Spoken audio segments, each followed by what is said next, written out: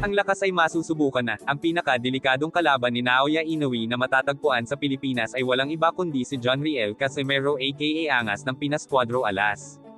May taglay na pambihirang lakas ng kamao, kakaibang estilo, mabilis na suntok at iba pa. Si John Riel Casimero ang tanging inaasahan na tatalo sa tinaguriang halimaw ng Japan, na si Naoya Inoue aka The Monster.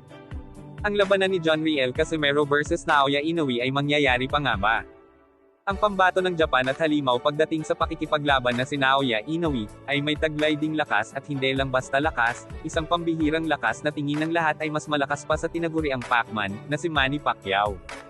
Dahil ilang Pinoy na ang tinalo nito pagdating sa palakasan ng kamao, isa na rito si Nonito Donaire na kanyang pinatumba dahilan sa pagkatalo nito, si Naoya Inoue din ang hinirang na Best Offensive Fighter dahil kitang-kita naman sa kanyang mga laban kung bakit siya ang hinirang na Best Offensive Fighter.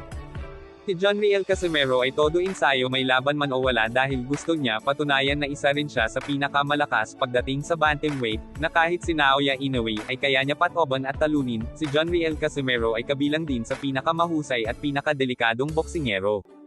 Gustong-gusto na makaharap ni Casimero itong si Inoue pero mailap parent sa kanya ang The Monster at halatang naduduwag at parang hindi naman interesado si Inoue makipaglaban kay Casimero. Lakas nitong si Naoya Inoue aka The Monster, ay ikinagulat ng karamihan lalong-lalo na ang mga boxing expert, na kung bakit tila hindi man lang ito nasasaktan sa mga solidong suntok na natamo niya mula sa kanyang mga naging kalaban. Maski sa suntok ni Stephen Fulton at sa tinaguriang The Filipino Flash Nonito Donaire, dahil lahat ng tumama kay Naoya Inoue galing sa mga solidong suntok ng ating kababayan na si Nonito Donaire ay tila wala man lang epekto sa kanya at tila parang manhid lang ito. Through them so far. Catching comes the left hook. There we Bang go, on the the shot. And that's the one that comes In and hats off to both guys. Fantastic. Kahit sino magtataka dito kay Naoya Inoue, dahil halos puro solidong suntok ang pinatama sa kanya ni Stephen Fulton at maski si Nonito Donaire ay tila parang bakal lang kung tumanggap ang mga panga nito. Dahil ayon sa mga Pinoy na kasparring niya, isa na rito ang magpapatunay si Albert Pag-ara. Ayon kay Albert Pag-ara ay mahina daw ito tumanggap ng suntok at kunting tama lang daw sa bandang ilong nito ay dudugo. Oo, yung nag-sparring kami, dumudugo yung ilong niya kasi pag matamaan lang siya na kahit hindi malakas, pag natamaan lang to yung ilong niya, dudugo.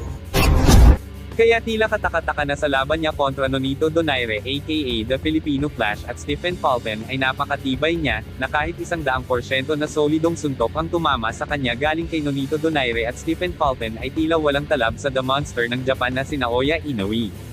Kaya maski si Floyd Mayweather Jr. ay hindi na nakatiis tungkol sa halimaw ng Japan na si Naoya Inoue.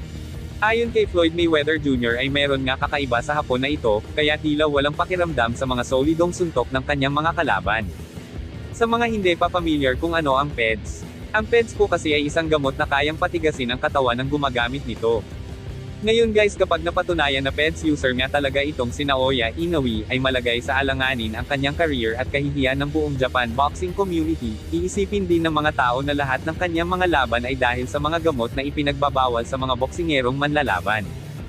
Kaya malaking tanong kung bakit hindi siya lumalaban sa labas ng kanyang lupang sinilangan ng bansang Japan. Marami din nagsasabi na mas malakas daw si Inoue kay Manny Pacquiao. Question kayo nagkakamali dahil si Manny Pacquiao ay talagang walang bahid, malinis at dekalbreng boksingero, kayang-kaya niya makipagsabayan lumaban kahit anong bansa, dahil si Manny Pacquiao ay may tiwala sa puro lakas at kakayanan lamang, at walang halong chemical. Thank you for watching. Salamat sa inyong panonood at huwag kalimutan mag-subscribe for more updates. And once again, this is Wings World TV, saying peace, love, and good vibes lang tayo lagi. Okay, alright, God bless us.